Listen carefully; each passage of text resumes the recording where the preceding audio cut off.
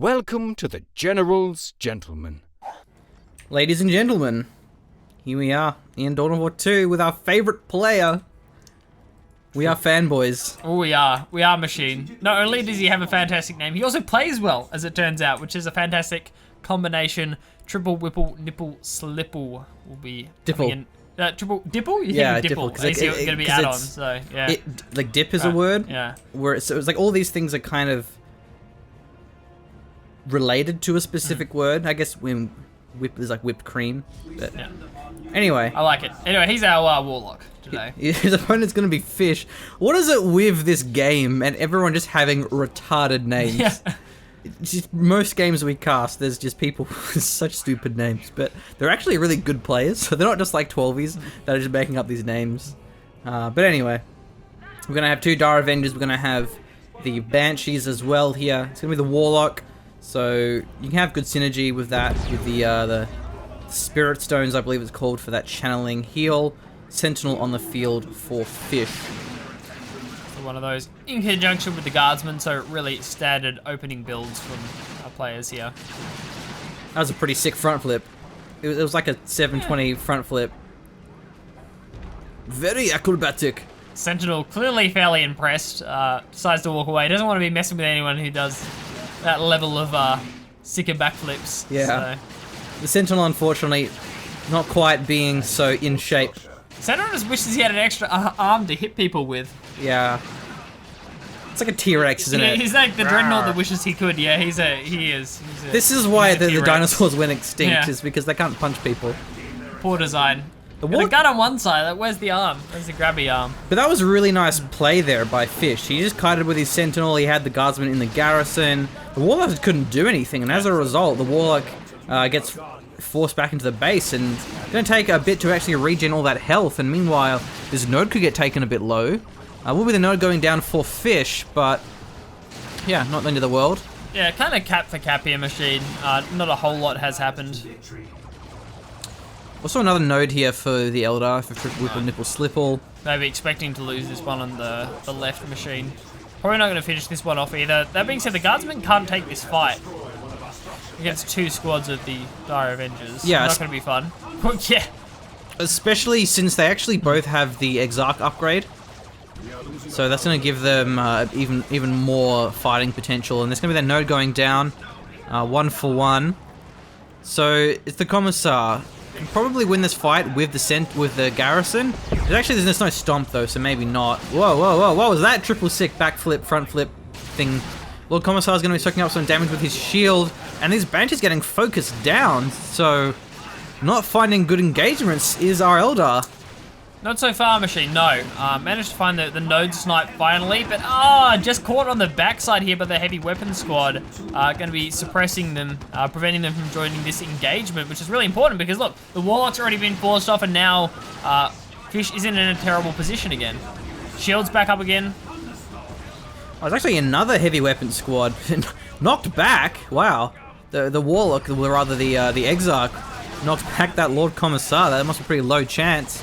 Gonna be fighting in melee, and that's not where the Dire Avengers want to be fighting. The Lord Commissar isn't the strongest melee commander by any means, but he still is pretty decent against that range combat squad. And a real lack of requisition bleed here as well, Machine. The garrison's been stolen away, but probably for not too long. We'll eventually have to see a guard player Fish pull back, and yeah, the double heavy weapons team is an interesting choice. It's a very big power investment, but it does make a lot of sense because the Warlock is very strong. There's the Banshee squad, especially on this map where you have the the three lanes, where you have, especially as far as the VPs are concerned, you have those three areas which you can pretty much lock down with a weapon team on each. And then there's, of course, the two Dire Avengers. You have to be very careful, though, of getting caught by a fleet of foot into the grenades, and you can actually wipe that squad pretty quickly. So that's the liability that he has to deal with. He will have the Sentinel, though, which can give him some stomping, and which can prevent that from happening. They're going to be available in just a second, but a tiny bit too late for the Guardsman here, unfortunately, to deny that the Howling Banshee's running in. Still, they do actually retreat from this one with the garrison in the favour of Fish. is the Immolator. So it's a good map for this because of a lot of the buildings around the map. And that seems to be the problem that Triple Wipple Nipple Slipple has suffered this far. Even just against the heavy weapons team, that's going to be a wipe though for sure. Yeah, it's gone down. Late retreat, but... Oh no, maybe not. Maybe not. Oh, it was a close one. We were wrong by 5 health, Machine. Oh no! Hey! My man with the wipe. Good and stuff. he gets stabbed in the face, so that's good. But yeah, the Immolator, as you saw, I mean that certainly wasn't ideal, but the Immolator is very nice versus those support teams, forces them to reposition. Actually, it almost isn't the Sentinel, but it does survive. Triple Wipple Nipple Slipple. What is he doing? Is he actually went for all his power? Yeah, and just really heavy requisition bleed as well. Looking towards those earlier engagements, we saw Fish. He essentially didn't drop models. The Guardsman really didn't take a lot of damage. It was the Lord Commissar tanked it all up. The Sentinel took a lot of damage in that last engagement, but he didn't really drop that many models. So requisition-wise, he's sitting pretty. And even if you do drop models as the Imperial Guard, they're just so cheap to reinforce because of the way that the Sergeant works. You get 2 for 1, and it's not even that expensive anyway. So gonna have a webway gate in the northwest, and there's actually one in the south as well on the spawn. Quite a nice position for it as well, Machine. Not somewhere in path regularly, and will give a lot of mobility here to Triple Wipple Nipple Slipple. How effective is this? It does decent. It certainly won't kill it, but it will force a repair. Yeah. So it did 160, Right, okay. 158 damage, so that's just over a quarter. Almost this is the Warlock in the process. Yeah, this is just complete dominance coming out of Fish. Does have to retreat that one though. He recognizes he was within range Of the nade. Actually, one of the great things that Dow2 doesn't have, which Company of Heroes 2 does, is when you're suppressed in Co2, the grenade range is reduced. So you can't just kind of walk up to MGs and throw those grenades, especially since when you get pinned in Company of Heroes, which then prevents anything. Pinning comes after the suppressing, whereas in Dow2, well, that's nade though from the Guardians, from the Dire Avengers, is there's no pinning and there's no grenade range reduction. Though I think the suppression weapons, the heavy weapon teams, and the equivalents, they do a lot more damage compared to suppression teams in Company of Heroes. Yeah, I'd agree. I'd say they do more relative damage. Especially up close. Yeah. So that is really fast damage. And That being said, it is just higher lethality in general, so... I don't know about that. I think it can be, for sure, with a lot of things, so... I mean, In the this reason matchup, it doesn't look as high lethality is because, like, obviously retreat modifiers are much different in Dawn of War 2 relative to... well, I think Co2, ranged so- is, but melee is different. I mean, melee is kind of what makes it higher lethality. I think. Yeah, I guess. I think in terms of that's range, right, so, firepower. Yeah, range fire, I guess. Like, yeah, if say you it's have- pretty similar. If you have a squad of Dire Avengers and a squad of shooter boys and they're firing, is that going to be much different from riflemen and grenadiers? Probably not. But it's the melee. That's where things get very, very dicey. Yeah. Either way, going to be quick tier 2 for Fish. Triple Wipple Nipple Slipple still struggling here. He's actually only at 80 power as well, but he's already tier 2. So yeah, he went for a very fast tech up. So that's why he's also behind in squads. So what does he go for here? Probably a Falcon, I suppose. You don't want to have a Walker versus the heavy weapons team because one of them will be a las cannon. But given that there is of them, maybe actually instead he'll go for the Wraith Guard. I mean, maybe he wants warp prisms. Oh, no, warp prisms. Warp spiders. But he hasn't got any of those yet, so it's obviously going to be something more expensive. This Sentinel, what are you doing? And more importantly, why aren't the Dire Avengers focusing him down? What? What? That was odd. Whoa, okay. Especially as you hit tier 2, the Sentinel can become very powerful with those rockets. And why is he... What is he doing? Oh my god. He wants to throw away the Sentinel. Bro, he's lost. Bro, he's lost. Jesus. Okay, that's a Falcon. Very late Falcon, mind you. Yeah, the Falcon's a better choice here because even with those las cannons, you can still just avoid them and use it primarily to reinforce squads, to just kind of fire at infantry or whatever it is away from those las cannons. Banshee will have some pretty good damage as well. Upgrading to the Exarch will certainly help things out, but the heavy weapons team reposition is on point. Fleet of Foot out of dodge, but doesn't actually get out Okay. in time. See, that's exactly what you have to be careful of. The nade and the banshees. That's going to be a squad wipe. There they go. So that's the problem with double heavy weapons Right. team, is it is definitely a liability. But it was a nice flank from the Eldar. Certainly was, yeah, came in from the back there, Machine, really nice nade, well finished off by those Banshees. I'm going to retreat now. There are enough squads chilling around, double squads of Dire Avengers. Going to trade very effectively here. Gonna be double stormtroopers. And yeah. So does he go for... Wait, did he lose his other heavy weapons team? No! Oh my god, he did. Oh no! That one was off camera. Maybe it was over here. Right, okay, Yeah, that's I not see great. some dead Imperial Guard, but perhaps it was the squad of guardsmen. But either way, yeah, he went down. So no more anti-vehicle potential. He might have to go. They're upgrading now Yeah, to there the we go. anti-armor kits, so yeah. Going for the Manticore. That's the artillery unit. So this is going to be a weird composition. I guess he also has the missile launchers, but that's not exactly a good counter to the Falcon. I don't believe that was the plan, though, for sure, Machine. Certainly one of those heavy weapons teams was supposed to survive, and unfortunately didn't. Yeah. Well, Stormtroopers, they do have the cloak, so we can just disengage from this. There's actually one as well, upgrading to the assault kit. That's for the anti-infantry damage, and that'll rip apart those Banshees pretty quickly. Even just the Dire Avengers pretty fast, but the Stormtroopers themselves are very fragile, so it's a very glass cannon unit. Needs to heal up these units. Not much point getting the plasma guns versus the Eldar in this situation. Not really a lot for them to be firing at. Warlock still smiting away at these Stormtrooper squads. Going to be a nice unit to get a bit of damage down on the squishy and get some displacement. Those are both of the sergeants. What are we doing over Going there? AWOL. The chain of command is not too effective anymore. Warlock does go down. Banshees. Okay, that's the Manticore firing. He managed to get the Falcon here. He's not dodging this one. Firing with the Sentinel, and there the Falcon goes down. Guardsmen on the retreat should be fine here. Banshee's not going to be closing into melee in time. Okay, I think that may Nice have been Manticore one. barrage. That was well played. May have been one of those grenades from the Stormtroopers. They get well, they get yeah. something that stuns it. The melter bomb, which slows. So maybe that he wasn't moving it at all though, but he certainly would have slowed that and prevented it from dodging. But yeah, nice play. Loses that Falcon. Triple Wipple Slipple going for his tier 3, but without that Falcon, it's going to be much weaker. The Falcon's very strong when you have that Hollow Shield upgrade, but he only has 3 squads. Perhaps spreading himself a little bit too thin. Does he want to go for the D cannon, the I'm trying to think what else they get. The Seer Council. There's some really strong options from the Eldar tier 3. D-cannon would make sense. We'll see it a bit versus Imperial Guard. Certainly works against the composition we see at the moment. See the late coming in there from the Warlock. We can actually get a trade here. Backflips in, retreats out. Yeah, I love how you can retreat mid-animation, jumping towards the enemies. It's like he's changed his mind mid-air. I'm good. I'm fine now.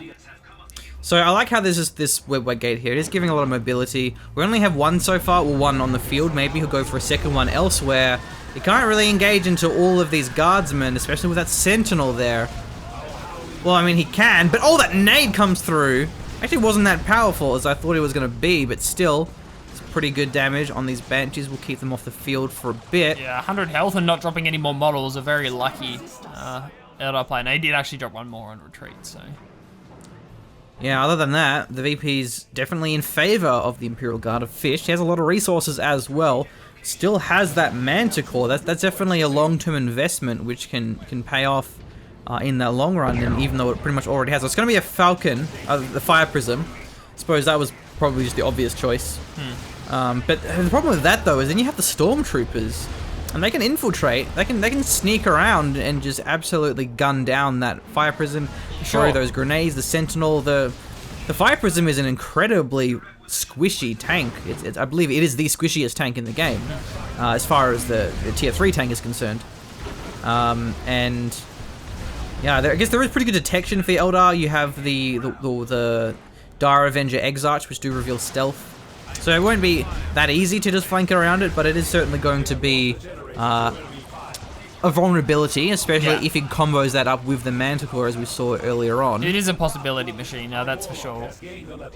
Look, Commissar deciding he doesn't need shields. Shields are for noobs. Manticore going to be firing here as well, but shots a little bit off target and won't actually get a lot done here. He thought the Eldar was going to dodge, but he didn't. He just stayed there and got knocked forward.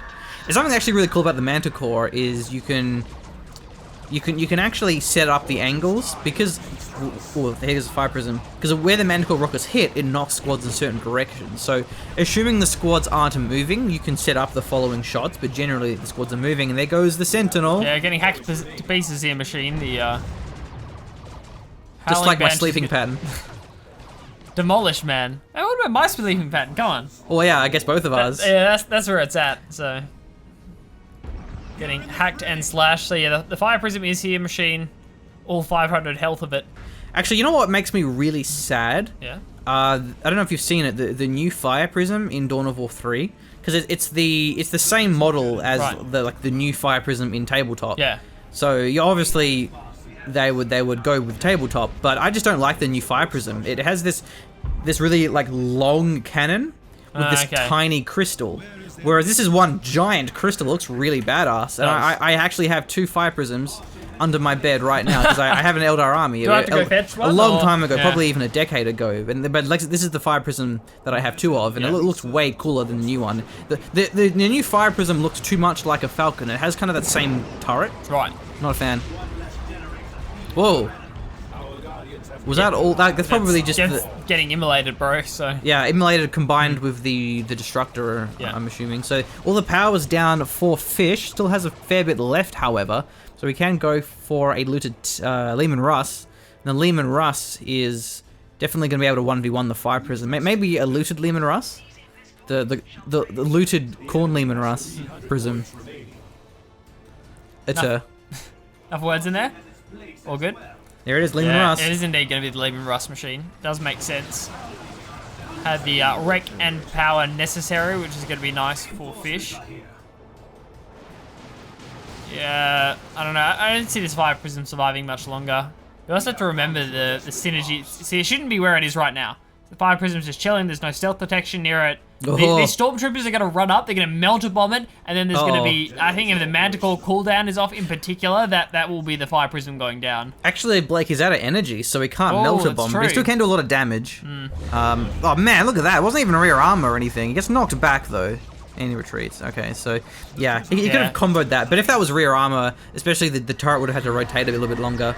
The thing is as well, there's no combination of units here. There's no Bright Lance cannon. There's no fire drags. Maybe he'll go for one now because he needs something against his looted tank. Otherwise, this fire prism could go down if he just dives it right now. I mean, especially with the fact that it's not at full health. It is repaired pretty much instantaneously. That is the advantage of having a very fragile tank. Okay, uses that the flare, which it does lower the range of nearby units. Don't know if it actually affects the tank though. It definitely affects the infantry. I believe it gives vision too. So he's Lehman Russ going in. He actually has the Vanquisher upgrade as well. Extra damage versus the vehicles. The range advantage though definitely on the favor of the fire prism, but going for the kill turret facing the wrong direction here. There's no hold fire in Dawn of War 2 tragically. And yeah, again, he's just firing at the Dire Avengers. That is so frustrating. You don't have prioritized vehicles or anything similar. Oh, back away, Lehman Russ, back away. That's going to be the strafing run. I think he just wants to zone away that fire prism and allow him to escape. Actually, make it a wipe here on both of these Dire Avengers. Not retargeting though. Oh man, he could have actually got one of those squads at least. That actually would have been an amazing play if both of those squads went down with the strafing run, but...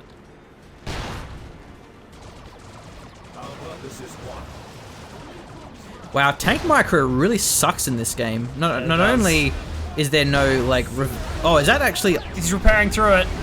That's the Eldritch Storm. It is the Eldritch Storm machine. And the Warlock's there as well. The Fire Prism gets the killing blow. What a nice play there. Zoned him off with that Eldritch Storm, and he had nowhere to run but into that Fire Prism. That was pretty brutal, machine. Yeah, right into the Fire Prism, which is thankfully kind of following things up here. It's going to be the Manticore firing. Uh oh, is he going to lose that? Really? I think so. Oh my god! Oh no! The Tank Hunter Manticore loading his penetration rounds That's 2 vehicles he's lost to that Manticore. That is... We need to change the tooltip, dude. Yeah. This is the anti-vehicle Manticore. The best thing that you can do... The warp throw seemed a little bit necessary. The best thing you can do is avoid sideways.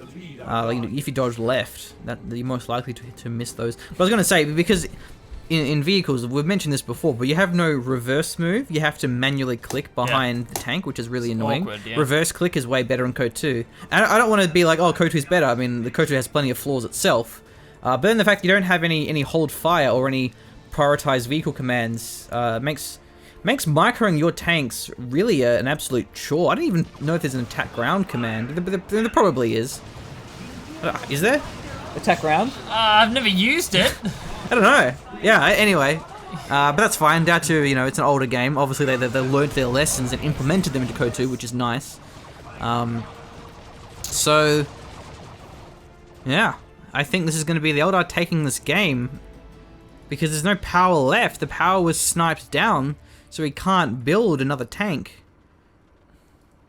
He still does have the Stormtroopers, but one of them being the anti-tank won't really contribute too much, and that's Seer Council. Wow. It's brutal. There is no answer to that. There's no upgrades game-ending. on this Commissar. He has some good upgrades at tier 3. He has that Power Fist, gives him that ability where no one can die around him, which is really strong. The Seer Council will just wreck face. Oh, man. Oh, that's ridiculous. I'm gonna walk away from this one and actually survive here. Eldritch Storm is set up by the Dire Avengers. Perhaps the strongest arty nuke in the game because it has a really good anti-vehicle and it's very consistent as well. Yeah. Some mines getting dropped to try and stall out this VP on that right-hand side machine. Level 9 Warlock. Level 3 Lord Commissar. And look at the XP. He just hit level 3. Yeah. This Warlock has done so much damage with the immolation, with his pupil beam, whatever it's called. He's even gone for a swaggy warp throw this game, so which is fun. Yeah, the warp throw is good at pulling things into the Banshees in particular. Even just regularly, he's done a lot of damage. Renders the Warlock invulnerable into knockback. Yeah, very, very strong Warlock play. Level 9. Man, this guy, triple Wipple Nipple Slipple, don't let the name fool you. This guy is baller. He is baller. Yeah, hardcore baller. I thought he was gonna go. He just had 3 squads. He's like, he had 3 squads the entire game. Yep. It feels like he had 3 squads, and he's like, "This is fine. This is fine. I know I have 3 squads, but it's fine. Don't worry about it. I'll be fine." And it turns out he was fine. So. Yeah, he had the Falcon, and we didn't really do that a lot, No, but before it went down. Yeah, and then he went for the Fire Prism, and just because he wiped the double heavy weapons teams. And when that looted tank or the Lehman Russ went down, that was it. I mean, that game would have swung disastrously in favor of the Imperial Guard player had that Fire Prism gone down. Yeah. But of course, Dawn of War 2 doesn't let you micro tanks the way that you want to micro your tanks. But even then, the fact that he actually had units in front, the Fire Prism, it did have things sighting for it. That's very important. He didn't just have the Fire Prism out in the open, because then, even though the Fire Prism has a lot of attack range, the sight range isn't particularly impressive. So you do want to have units sighting for it, just to make sure that you can make use of that long range without putting the Fire Prism in harm's way. Sure. So yeah, that was a great game, well played by this guy. I don't know if he's actually like a Smurf. Maybe he's one of those pro players that we've casted a fair bit. If someone can clear it up, then that'd be great. But yeah, thanks for watching. We'll see you next time. If you enjoy our content, you want to support us, then you can do so over at patreon.com/generalsgentlemen. Thank you for joining us. See ya.